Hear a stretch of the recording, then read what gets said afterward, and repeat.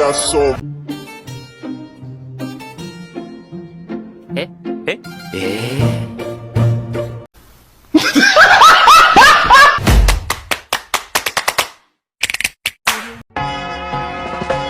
singing low while I pop a bottle off of your chain swinging, clang clang, and it costs a lot. Bitch, I'm always at the guala, yeah, and you are not badass beat. Keep on going to you.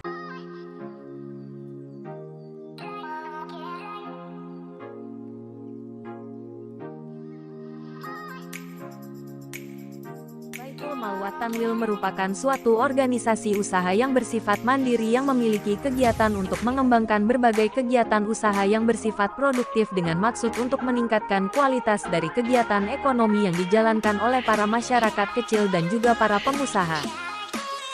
Ada beberapa fungsi mengenai Baitul Mal wa Tanwil. Baitul Mal wa Tanwil memiliki dua fungsi, yaitu 1. Mengelola dana yang dihimpun dari masyarakat berupa tabungan dan investasi dan menyalurkannya untuk kegiatan produktif. Dalam hal ini untuk mengembangkan usaha kecil dan mikro yang seyogianya sangat banyak jumlahnya. 2. Mengelola dana zakat dan sedekah yang dititipkan kemudian disalurkan secara optimal dan sesuai syariah dengan tujuan meningkatkan kesejahteraan orang yang berhak menerimanya. Dasar hukum dan status hukum Baitul Mal wa Tanwil atau BMT. Secara hukum Baitul Mal wa Tanwil berpayung pada koperasi tetapi sistem operasionalnya tidak jauh berbeda dengan bank syariah sehingga produk-produk yang berkembang dalam Baitul Mal wa Tanwil seperti apa yang ada di bank syariah. Sedangkan bank syariah mempunyai landasan yuridis berupa Undang-Undang tentang Perbankan Syariah yakni Undang-Undang Nomor 21 Tahun 2008 tentang Perbankan Syariah. Sehingga lahirlah di situ legitimasi hukum yang kuat sebagai naungannya. Oleh karena itu berbadan hukum koperasi, maka Baitul Mal wa Tanwil harus tunduk kepada Undang-Undang Nomor 25 Tahun 1990 tentang Perkoperasian dan PP Nomor 9 Tahun 1995 tentang Pelaksanaan Usaha Simpan Pinjam Koperasi juga dipertegas oleh Kep. Men. No. 91 2004 tentang Koperasi Jasa Keuangan Syariah. Adapun status hukum BMT salah satunya adalah BMT berstatus hukum koperasi. BMT yang berbadan hukum koperasi dalam melakukan kegiatan usahanya baik berupa penghimpun dana maupun menyalurkan mengacu pada aturan Undang-Undang Nomor 25 Tahun 1992 tentang pelaksanaan kegiatan usaha simpan pinjam oleh koperasi. Keputusan Menteri Negara Koperasi dan Usaha Kecil dan Menengah Nomor 9, Kep. M. KUKM, 9, 2004, tentang petunjuk pelaksanaan kegiatan usaha koperasi jasa keuangan syariah, dan Peraturan Menteri Negara Koperasi dan Usaha Kecil dan Menengah, 35,2, M.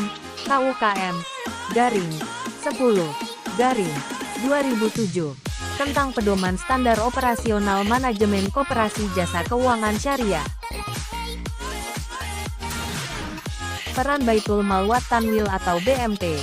BMT memiliki beberapa peran, salah satunya yaitu menjauhkan masyarakat dari praktik ekonomi non-syariah, aktif melakukan sosialisasi di tengah masyarakat tentang arti penting sistem ekonomi Islam.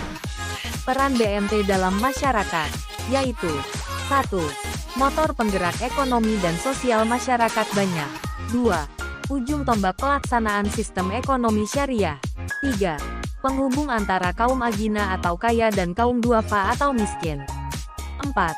Sarana pendidikan informal untuk mewujudkan prinsip hidup yang barokah asam muamalah dan salam melalui spiritual communication dengan zikir kolbiyah ilahiyah. Berikut adalah struktur organisasi Baitul Mal wa Tanwil atau BMT. Struktur organisasi BMT terdiri rapat anggota tahunan, pengurus dan pengelola. Struktur detailnya bisa dilihat dari bagian bawah ini.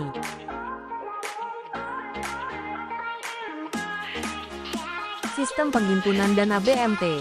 Adapun jenis-jenis produk penghimpunan dana yang dimiliki oleh Baitul Mal wa Tanwil antara lain. 1. Tabungan mudorobah. Tabungan mudorobah merupakan simpanan yang dapat digunakan oleh mudarib atau bank. dengan memperoleh keuntungan bagi hasil atau mudharabah. Keuntungan akan diberikan kepada sahibul mal atau deposan berdasarkan kesepakatan bersama. Penarikan dan penyetoran menggunakan buku tabungan dapat dilakukan secara tunai maupun pemindahan bukuan. 2. Deposit mudharabah. Deposit mudharabah merupakan dana investasi yang ditempatkan oleh nasabah yang tidak bertentangan dengan prinsip syariah dan menarikannya hanya dapat dilakukan pada waktu tertentu, sesuai dengan akad perjanjian yang dilakukan antara bank dan investor. 3. Giro wadiyah. Giro wadiyah adalah bentuk simpanan nasabah yang tidak diberikan bagi hasil dan pengambilan setiap dana menggunakan cek. Biasanya digunakan oleh perusahaan atau yayasan dan bentuk badan hukum lainnya dalam proses keuangan mereka. Berikutnya, masuklah pembahasan institusi zakat dan wakaf. Berikut pengertian zakat dan wakaf. Secara bahasa kata zakat mempunyai arti yaitu keberkahan, pertumbuhan, perkembangan, dan kesucian. Secara istilah zakat adalah bagian dari harta dengan persyaratan tertentu yang diwajibkan Allah SWT kepada pemiliknya untuk diserahkan kepada yang berhak menerimanya dengan persyaratan tertentu. Wakaf secara bahasa berasal dari kata waqafa yuqifu yang artinya berhenti, lawan dari kata istamara. Kata ini sering disamakan dengan al-tahbis atau al-tasbil yang bermakna al-habsan tasarruf, yakni mencegah dari pengelola. Manajemen pengelolaan zakat adalah berikut. 1. Pengumpulan zakat. 2. Pendistribusian zakat. 3. Pendayungan zakat. 5. Pelaporan pengelolaan zakat. 6. Pembiayaan dan pengawasan pengelola zakat. Kemudian, lembaga pengelola zakat dan wakaf. 1. Lembaga pengelola zakat. A.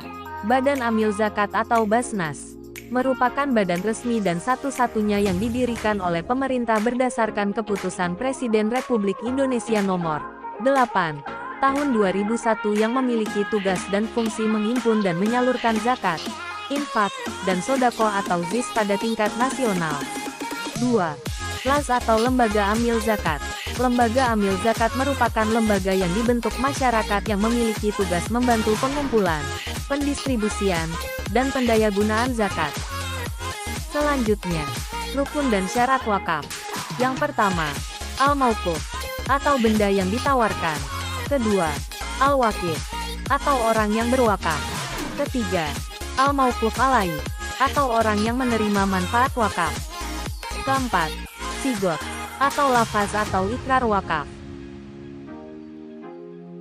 2. Lembaga Pengelola Wakaf. Badan Wakaf Indonesia atau BUI adalah lembaga negara independen yang dibentuk berdasarkan Undang-Undang Nomor 41 Tahun 2004 tentang.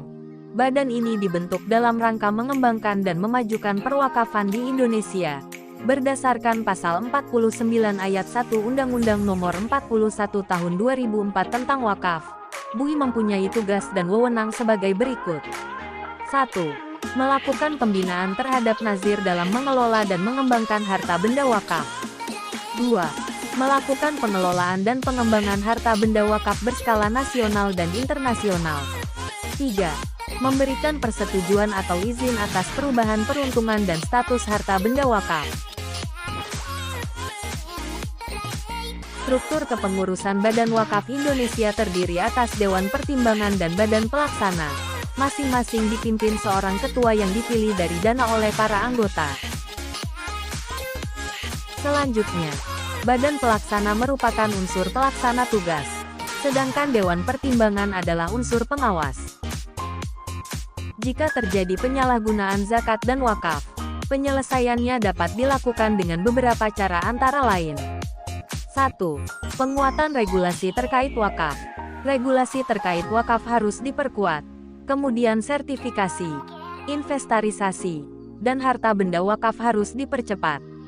2. Penyelesaian sengketa wakaf di luar pengadilan. Hukum memungkinkan penyelesaian sengketa wakaf dilakukan di luar pengadilan. Namun, jika terjadi sengketa mengenai harta yang sudah diwakafkan, gugatannya diajukan ke pengadilan agama yang berwenang. 3.